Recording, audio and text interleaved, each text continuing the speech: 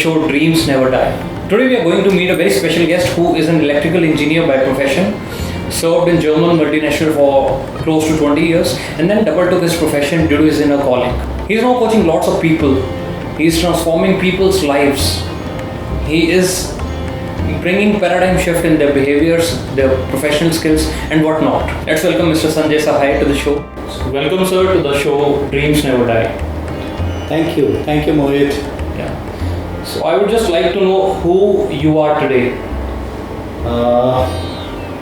If I were to define myself, who I am today, I am a leadership development coach, performance improvement coach, and basically I am a trainer. Okay. And any area of people development interests me, so that's who I am. Alright. We have heard a lot of things about you. Share some of your achievements, please. So the biggest achievement that I recall is the one when I was chosen to be functional head and chief consultant for world's largest training intervention, wherein about 100,000 people had to be covered. And my job there was to write content for this, run all the showcases, train the trainer, and certify them, and write audit procedures, and quite a lot. So I enjoyed it, and I take it as a huge privilege and a matter of honor to be facilitating that large intervention. Okay. So can you name that organization, or you want it to be confidential? No, it's not confidential at all. It was Indian Railways. Indian Railways. World's largest non-defense organization. Right. About 16.5 lakh people work in that organization. So it's huge by mind-boggling numbers. So out of this 16.5 lakh, there are many who are customer interfacing. And some are technical, some are into so a lot of activities go on. So the commercial ones, the commercial employees of the organization who day in day out serve the customer were our target audience in this intervention. Okay. So that's what the project was about. Indian Railways. And during this journey, you have spent over 11 years in this training domain. When did you consider yourself successful?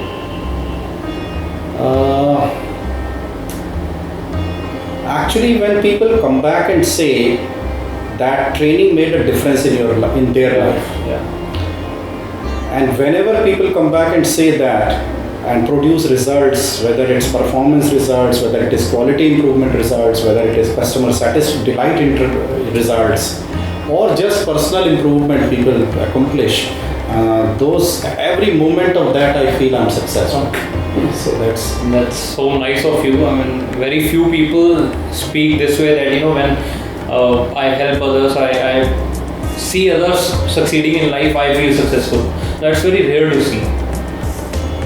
Yeah, actually in the year 99, I dedicated my life to making a difference. Okay. And whenever a difference is made, and it comes back in the form of some measurable results, or people saying something very different that they used to do, I'm really happy and delighted to see that success on the ground.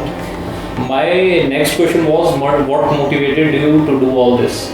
So I hope I've already got the answer. Still, you can explain what motivated you to do all this. All right. So Mohit, I'm an electrical engineer. Yeah.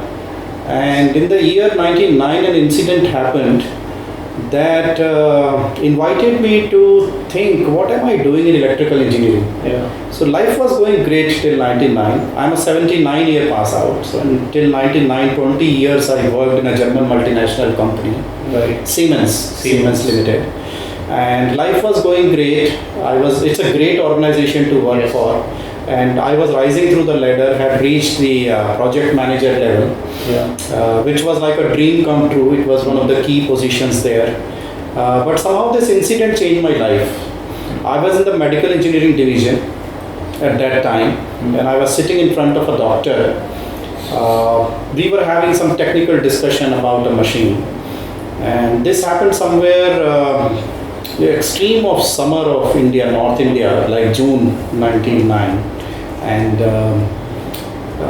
so we were having a meeting on some technical discussions, and a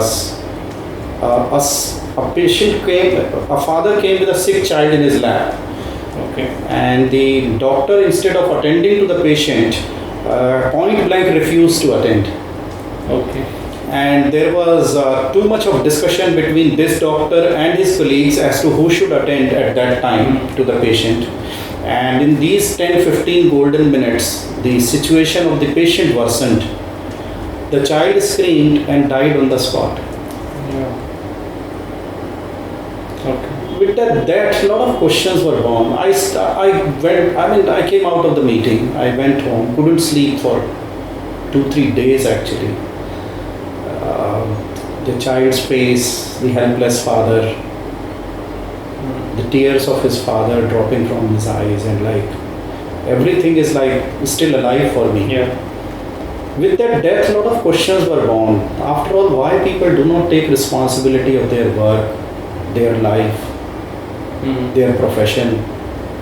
And with those questions, inquiry began into what can I contribute? How can I contribute to people taking responsibility, ownership, initiative, being sincere to their own profession? So all those things, that inquiry went into, learning more, investing time, energy, money into finding out some of the answers, which I of course still am struggling about human behavior. But point is that was a transformational moment for me. I left that job in the year 99 and joined a training company where I learned more. Okay. And so that journey began in 99, and today we are in 2017, almost about 18 years into this work. And that was a turning point which motivated me to come to this field of people development. So why only training? Why not something else? You could have helped people in other ways also, being same company. Sure, when I think back, I chose this because this I thought was the immediate possible thing for me. Yeah. I get what you say. I mean, donate money to people or to go out and volunteer something, and like these options are appearing now. Yeah. But at that time, the inner calling was that training could be one route to making a difference. Right. In fact, I attended a lot of seminars. After this incident, I attended a lot of seminars, read a lot of books, thought of writing my book. Those possibilities I thought of. But then somehow the inner self said that training would be the route to develop people, and so that's how the choice of training came. Okay. So what are your key strengths? My key strengths is my commitment to making a difference. Right. And yes, we go through peaks and valleys as we take it as a profession. It's tough at times, and at times it's very good. So it's like a mixed journey, but it keeps me going, and that's my biggest strength, that my commitment to do this work. Right. The passion to do this work is my biggest strength actually. All right. Since you have been training people, you have been developing people on different areas, so you might also have been feeling that you need to improve in some area. So do you have any weakness? You want to improve in some area? Many actually. I realize in every workshop, every time I read feedback about my work, every time I interact post the session with people formally and informally, it gives me many opportunities to learn about my improvement areas. I wouldn't call them weaknesses actually. They are opportunities for improvement. Okay. And I know of a concept called Kaizen, constant improvement, continuous and never-ending improvement. So I believe in it and live by it. I will never be perfect. There will always be some areas I can look at for improvement. So there are many. So that's where I am. Right. That's the best thing, that person realizes that he still wants to improve. Yeah, that's right. Both that also goes with the saying of Kaizen theory, that continuous improvement is required, and possibly you can become better day by day every time. Sure. So you have had a journey of 18 years in this field. So let's talk about a few milestones you have achieved. Just narrate your first experience. How did you begin this and your first experience? So one of them, of course, this measurable one in which I was chosen as the chief consultant for a very large intervention.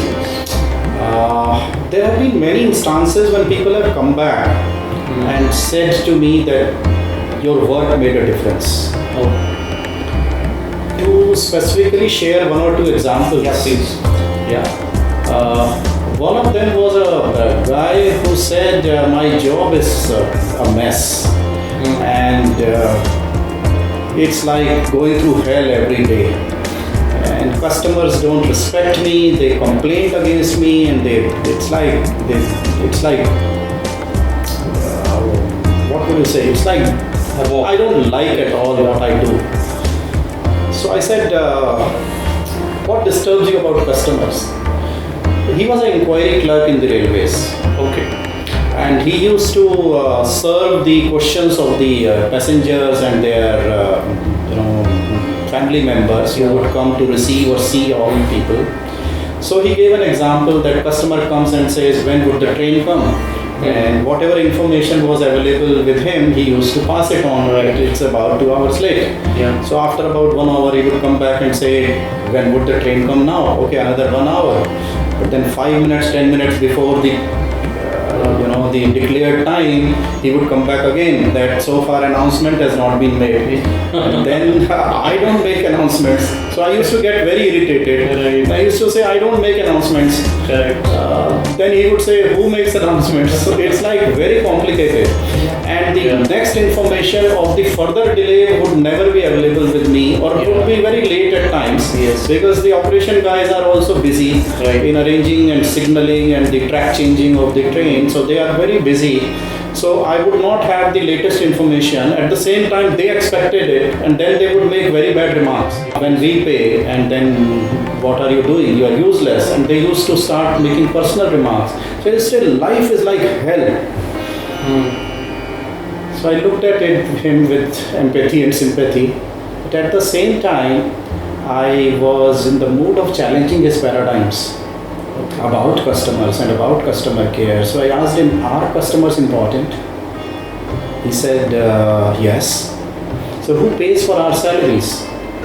He said, the government pays. I said, how does the government get it? After all, it doesn't come from the sky.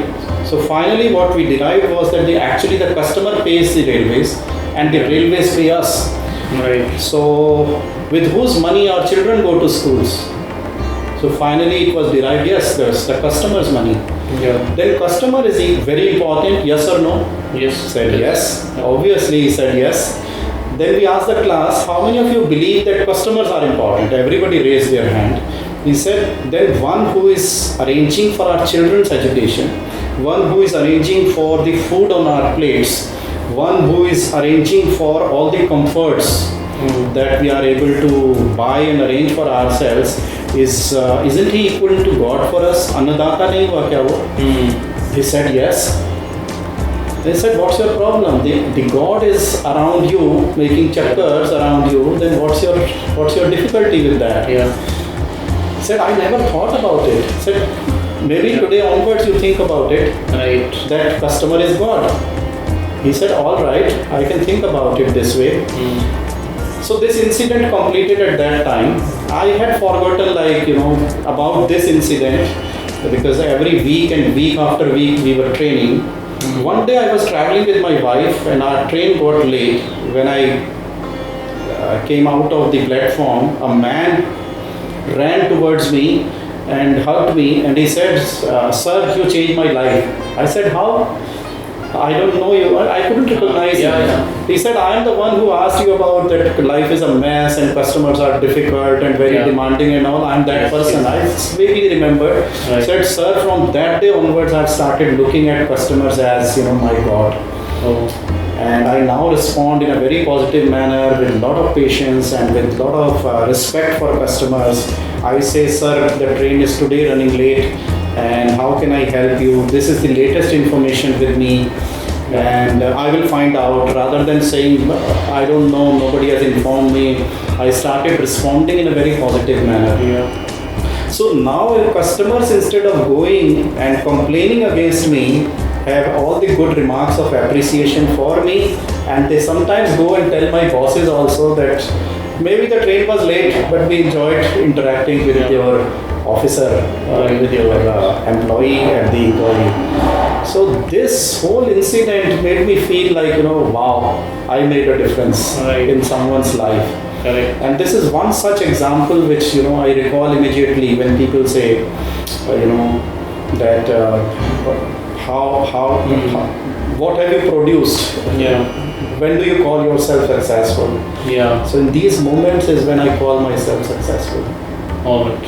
Good. So, any support you received during this journey, or maybe when you were beginning this work? Yes, in fact, yes and no. I did not have a I talk about critics also. Sorry? I talk about criticism also. Yes. So first, support you received. Yeah, so support I received, yes and no, I'm saying, because I came to this work without a mentor, without someone saying that, okay, I will save you. There was an inner calling and I listened to it. I did not have any formal education in this work, or a formal teacher or a trainer who would train me to do this work. So, but when I say yes, I would say participants gave me feedback for improvement. People who trained me to do this work, certified me to do this work, gave me some very authentic feedback. So that's one of the ways I got support from others. And any criticism you received, and if so, then how did you react? A lot. I still receive. Yes, every criticism, they say nindak nere rakhiye, which means that you keep a criticizer near you, who keeps giving you authentic feedback about who you are. So every time I'm criticized, I feel more aware of my improvement areas. Right. So, for example, somebody recently said that I don't manage time very well of the training due slots. So that was a big learning for me, because I'm very passionate about certain work or certain modules, and then I go into them deeply, and that takes a lot of time, and sometimes the sessions end late, or some other work doesn't get done which should have been done. So that's one area which I want to look at. So any time when you thought that it's enough, it's disturbing the life, or maybe it's not working the way you wanted and you thought to quit? Any such moment? No. Okay. This work or any work has peaks and valleys. But I never ever thought of giving up. So there have been failures, there have been non-successes, or not a success which you would call delight, but I never ever thought of giving up. It's like, that's not me. And how has your life changed in last 5 years? I'd say my awareness has increased in last 5 years. Okay. About who I am, what am I good at, what I need to do differently. So my awareness level has increased in the last 5 years. Right. So now we'll talk a bit about your personal life, how you spend your time, what you do in your life. We'll have a little more information about your personal life. So are we allowed to do that? Yeah, sure, no problem. So one thing, what's your passion in life? What's your hobby? Development. This is self and for others. Okay. But self more. Okay. And what do you like to eat? Eat? Yeah.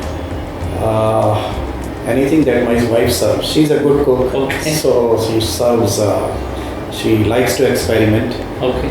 And though my diet is restricted, I'm diabetic. Okay. But yes, I love to eat. Right.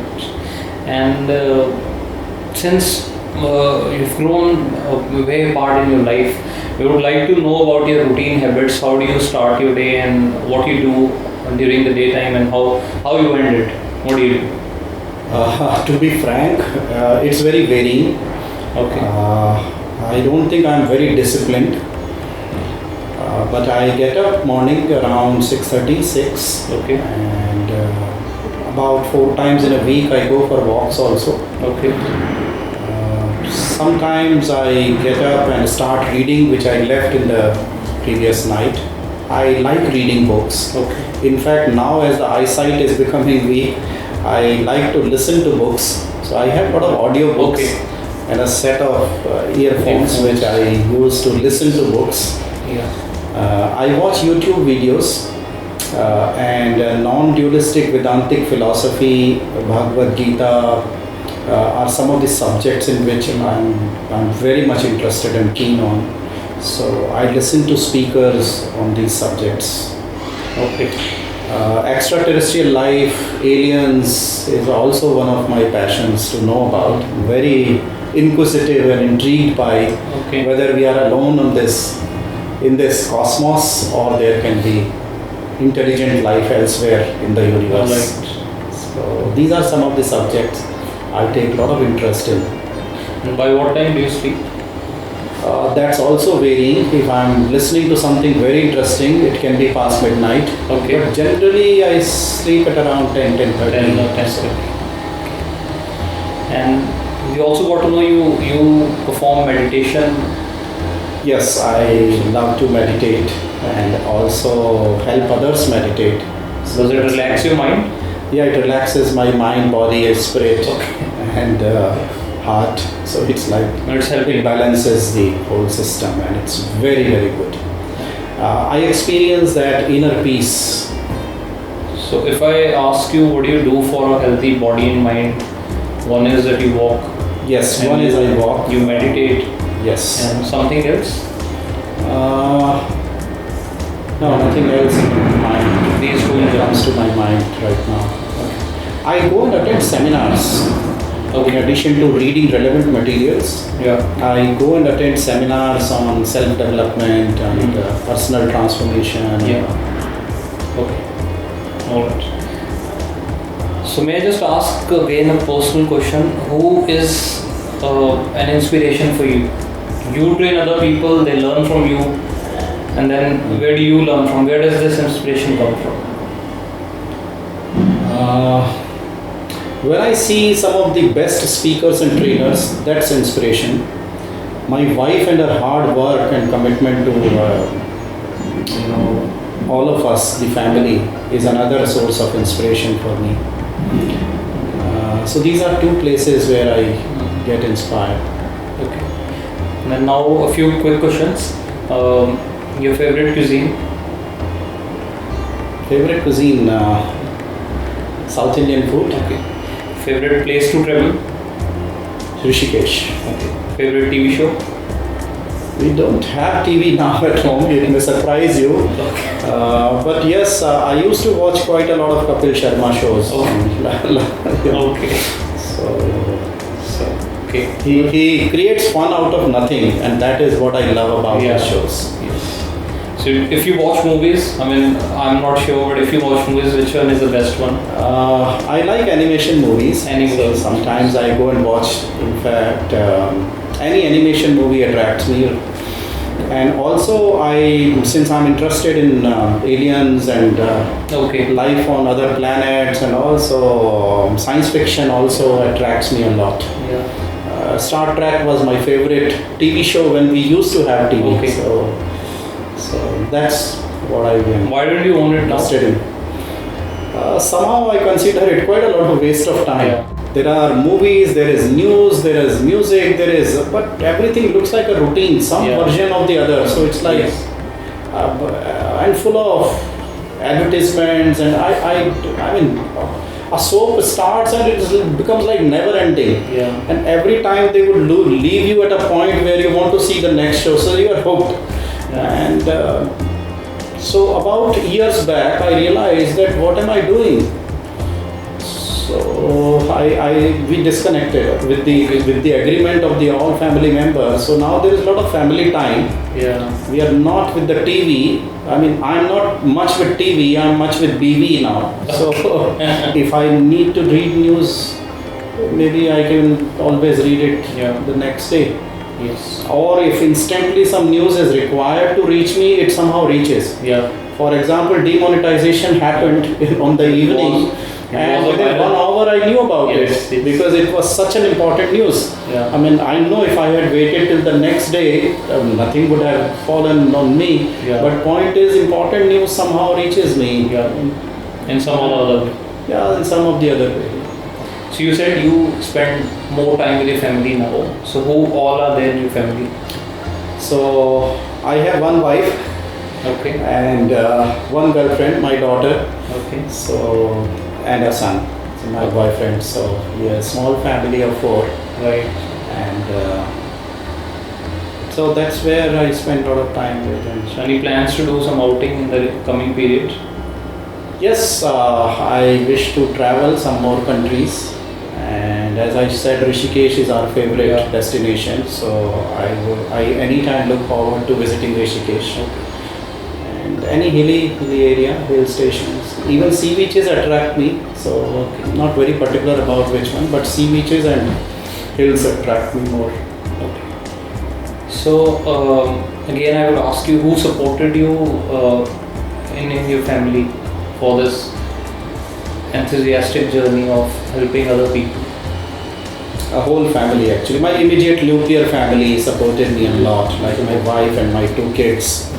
And I'm full of gratitude to destiny that they are in my life. My extended family either had neutral or negative kind of remarks about my journey.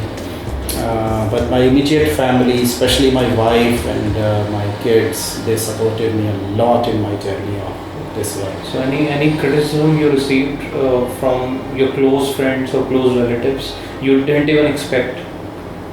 Yeah, so when people love you, they give you very authentic feedback at times. Yeah. For example, once my son said, "Papa, you are a bad listener." So I looked at him and I said, my God, I teach communication and I teach listening skills to others, but my son saying that, "Papa, you are a bad listener." I looked at him, reflected on my most recent interactions with him, and I realized that I had not been listening to him. Yeah. So I invited him for dinner and a boat ride, and I listened to him really patiently, went into his word, his hopes, his fears, his aspirations and his frustrations, and immediately connected well with him. And I was later and still very thankful to him that he gave me this authentic feedback. So far we have understood you, we have understood your personal life also, understood your journey also. Now I want a small favor from you. I need some message for the future people who want to opt this profession or maybe something like that. So one thing you have to tell us is, what is the success mantra of life? Success mantra, I can share from my life, and that's my suggestion to anybody interested in this field, is live with passion. That makes life worth living. And how to identify that if someone is living his dreams or if someone is living his passion? Yeah, I say to many people that there has to be a virus. क्या बोलते हैं, कीड़ा होना मानता? Yeah. So we call it virus, but it's a negative word. But the kind of zunoon we call it has to be there to do any work with passion. Yeah. So if there is a zunoon, one can really succeed in life. All right. Can do much better than. And just in case someone wants to enter this profession, what do you think, what difficulty would that person face? Yes, there would be many good things and some challenges in this field. When they see me deliver a talk or when they see me deliver a workshop, they see the showroom. And one who wants to come in this field, I always tell them to see the go down also. Okay. Because every work would have a showroom. Yeah. and a go down. Yes. Go down is that challenging, not so good looking, the negative part, and the most difficult situations in life. And the showroom is what you see on the screen and in the front. Yes. So one should be aware of both before one takes the plunge. It's a beautiful journey of self growth and helping others grow. However, one needs to be aware of that it's not all as goody-goody as it looks. Okay. So some of the challenges that people face when they come to this work is how would they sell their work. Yeah. They believe the work of training and all is all about doing workshops. Yeah. But if you don't know and don't invest enough time in selling, then what will you deliver? Right. So the point is that can be one of the biggest challenges in a trainer's life. Yeah. I have heard very beautiful line from someone. He says that only two kinds of people survive in life. One who helps others, and the second one who know how to sell. And you have stated both, and I hope you're doing both the things. Yeah. Alright. Okay, now we come to the next section, last part of the show, which is called rapid fire round. I need to be nervous for that. Your choice, but I will be asking questions very fast and expect answers within fraction of seconds. So, okay. One thing, success or learning? Learning. Your self-belief? Sorry? Your self-belief? My self-belief is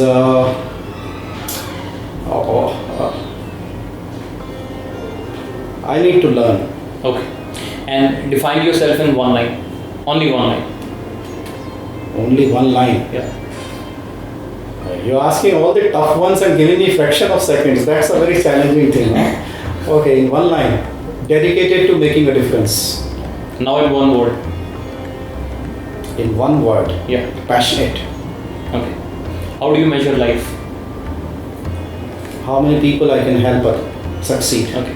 And then how to overcome fear of failure?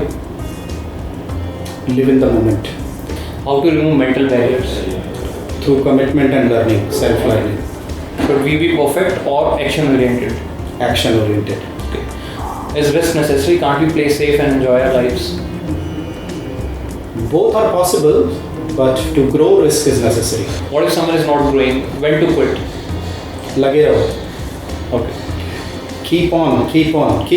It's never, don't give up. Okay. What do you think is the biggest barrier to success? Is it age, idea, money, education, or what? None of these. Okay. Lack of passion could be one. Okay. And then ambition or contentment? Contentment. Okay. And finally, what are the ingredients for success? Virus is one. Okay. One. You have to design a People tasty. know these answers actually. For some it's hard work, for some it is. So, sorry, can you repeat the question? Yeah. What are the ingredients of success? Hard work. Hard work. And that virus also. That's most important actually. Even to do hard work, you need the virus. Achha. So in those. So many times when I select my associates, which I do with great difficulty, and I make associations after a lot of considerations, but I keep checking whether the virus is there or not. If the virus is there, rest everything can be developed. Okay. I have had situations when people say, I don't know how to do it, but I want to do it. I said, as long as you want to do it, I'm there for you. But the moment you say you don't want to do it, that's the exit door. Okay. Okay. So thank you so much for being part of this show, Dreams Never Die. I would just ask you your thoughts on this concept called Dreams Never Die. I am doing it because there are millions of people who have a lot of skills, talents, potential, but they're not harnessing them due to any of the reasons. So I'm showcasing various successful stories of people who are not celebrities but not less than celebrities also. So if they've done really well in their lives, they have achieved massive success and have the potential to inspire other people. So it's a show for people who can grow ahead in life. What do you think about this concept? Dreams never die. Yeah, Mohit, it's a great initiative, I would say, and keep the journey on. There may be peaks and valleys ahead. Yeah. However, keep the journey on. It's a very worthy cause that you are committing yourself to. So wish you all the best in Thank this you. journey. Thank you so much. So Thank I'll you for give you a inviting me in this course, in this session, and it's indeed a privilege and a matter of honor to be interviewed by you, and great success to you. Thank you so Thank you. much. Thanks a lot. Thank you. Thank you. Hi friends, we just met Mr. Sanjay Sahay and we got a lot of learnings from him. I'm sure he has helped thousands of people gaining massive success in their lives. And I hope after watching his words of wisdom, you would also be able to bring at least a minute change in your own life. I'm sure you would be following your passion, you would be following your dreams, because dreams never die. Thank you.